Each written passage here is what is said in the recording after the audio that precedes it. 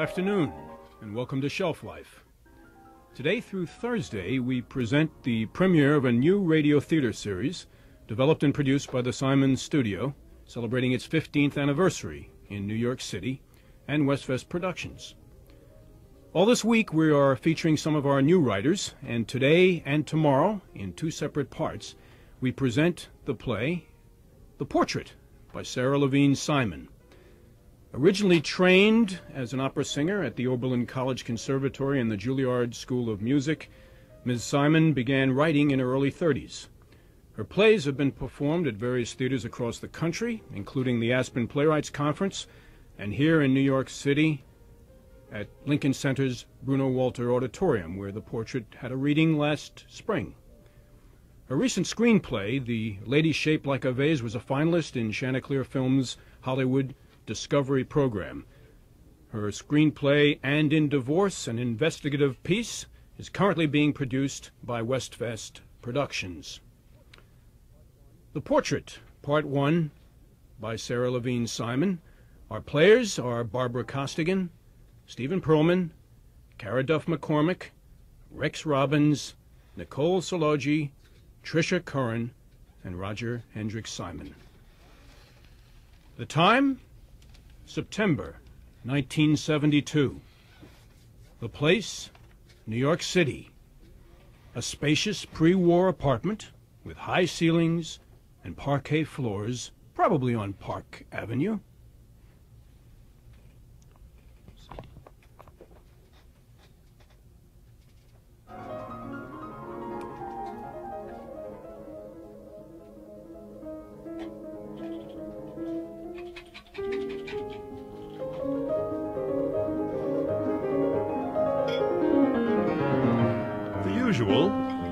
Please. Comtext, finished up quarter. Who would expect it if it done so well? Toddy, you never were one to take a chance. Go easy on the water. Yes. Well, here's to you. And to you, Solomon Ezekiel Reynard, our distinguished ancestor. Who died with all his secrets intact. Young men's secrets. Yes, how's that drink? Oh, perfect. It's about the only pleasure I'm allowed anymore. I do look forward to it from the time I wake up in the morning. But I'm still disciplined. Oh, yes. I don't drink at lunch, and never after dinner. Aggie, on the other hand, won't take one now. Yes, I suspected there might be a little problem. Is that so? Well, who's to say what's a little problem? The amazing thing is that we are all here. I've been looking forward to this evening. Why are you winking at our ancestor? He's tilted a bit to the left. Not to my eye. Oh, careful now. Don't be such a worrywart. Just let me fix it. There he is. Such a wry smile he has on his face tonight.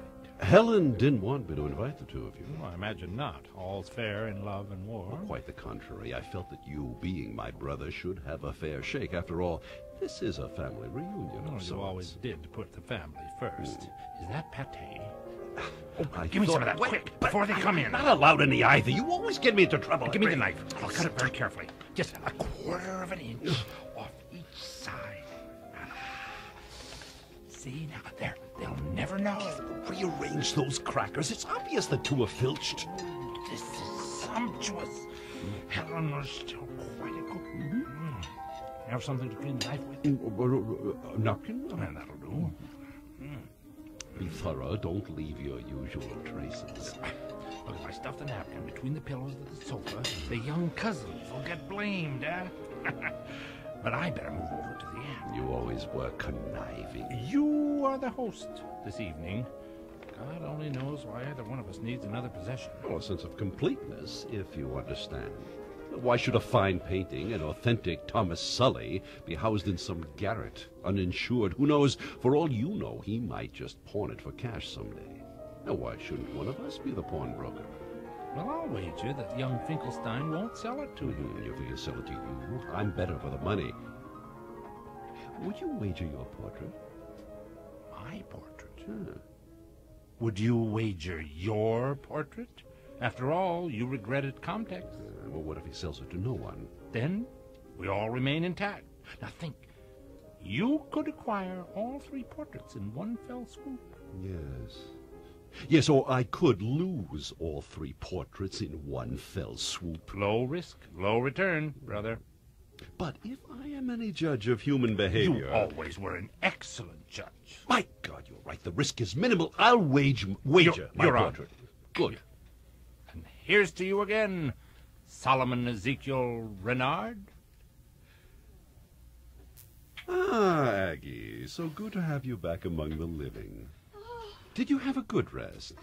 I do hope your headache is gone. I think it was just the traveling. I don't handle change well. Princeton is one of those distances too far for the evening and too close for the week. And this ankle. She tripped on the bedroom floor.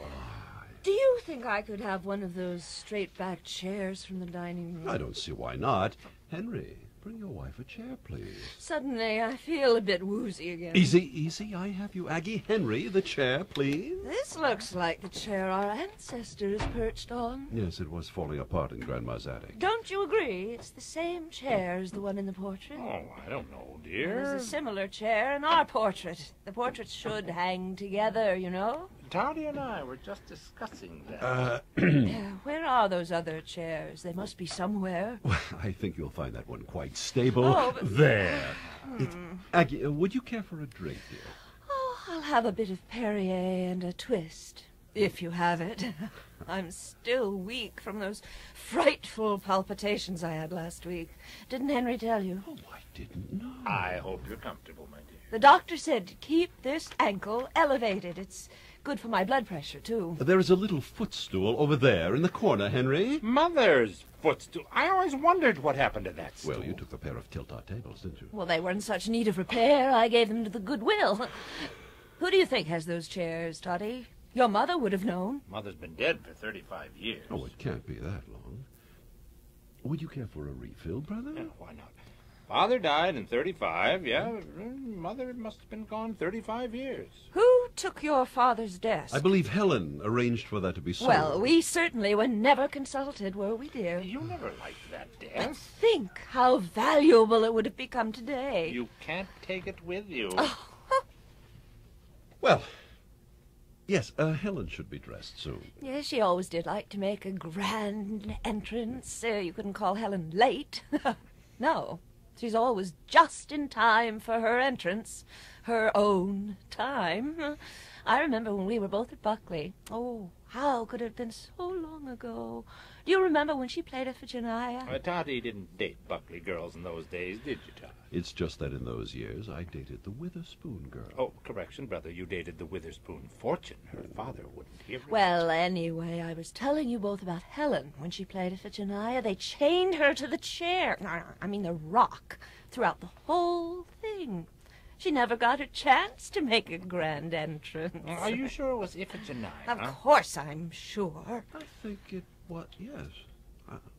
You know, Helen could have been a great actress. Oh, she's much too proper. Now get your digs in before the grand entrance and behave yourself. There must be some kind of allergy. Ah! Here she is. Why is the portrait askew? Ah, there. Good evening, everybody. Hello, dear. Here How are you look you? simply ravishing. Oh, I feel so good. I needed that long bath. Agnes must be catching cold. Toddy, be a darling and please do up the hook in the back of my gown. It's a lovely gown, Helen. Oh, you are giving me the shivers, darling. Let me just make sure the table is properly set. Why was our portrait hanging on a slant? The admiration has gone to our ancestor's head. I see. Have you been taking good care of everyone? Did Aggie get her Perrier? Of course. What will you have, dear? Oh, let's see. I think I'm in a gin mood. Yes. How about gin with a splash and an olive? No, 2 olives. I thought you drank vodka, Helen. Not lately. Times have changed. How long does it take to come from the west side? It's only 7:40. Here's your drink, dear. Thank you, Toddy.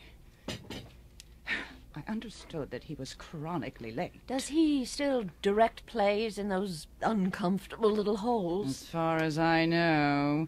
Did you get dragged to one of those horrid evenings, too? Poor Eugenia. She must have died very disappointed. Oh, the other children seem to have done decently. Not the greatest schools, but Annie did manage to marry a doctor. A little fat one with a round tummy. Well, that's what you get when you bring home the Yehudim, if you know what I mean.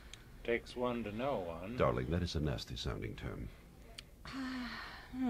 I wonder that the estate was quite depleted at the end, I understand. Yes, under $500,000 and after taxes. Oh, well, I would have thought a lot more, poor kids. Well, if you're used to starving in garrets, it must have seemed like a nice, tidy little bonus. Oh, what a shame that valuable painting is exposed to such circumstances. Well, I guess that painting is going to get just the circumstances it deserves. I already measured the wall. So did I. To change the subject, Marty's wife sounded so sweet on the phone. Of course, I didn't mention the fact I never received a thank-you note for our wedding gift. Did you? They've been married for 8 years. Maybe it was lost in the mail. For all that time?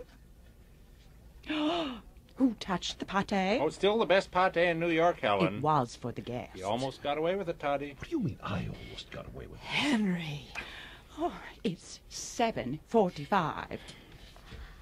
Aggie, can I fix you one? Oh, you might as well. A tiny one just to taste. Like this? Oh, just perfect. Don't give Henry any more. Oh, Toddy, you are a sneak. What do you hear from Jackie? You didn't know? She's finally divorcing that beast of a husband, and of course she has to fight him for every little penny. Doesn't she, Toddy? I warned her. Toddy never liked him. The rest of us were blinded by his charm. And yours, Aggie. Tell me about Harriet. Did she ever manage to lose that weight she gained when Ronnie was born? I don't think Harriet is fat. Well, I never called her fat. No one stays a debutante forever. But she was always such a lithe, pretty sort of girl. That's all I meant, Aggie. Harriet doesn't talk to me. I don't even know what she's angry about. She won't even talk to Henry. Aggie, these things always work themselves out when we get what we want. Where are they? I did tell them 7:30. I'm dying of curiosity. I'm dying of hunger. I might as well serve the hot hors d'oeuvres. I'll ring Honoré.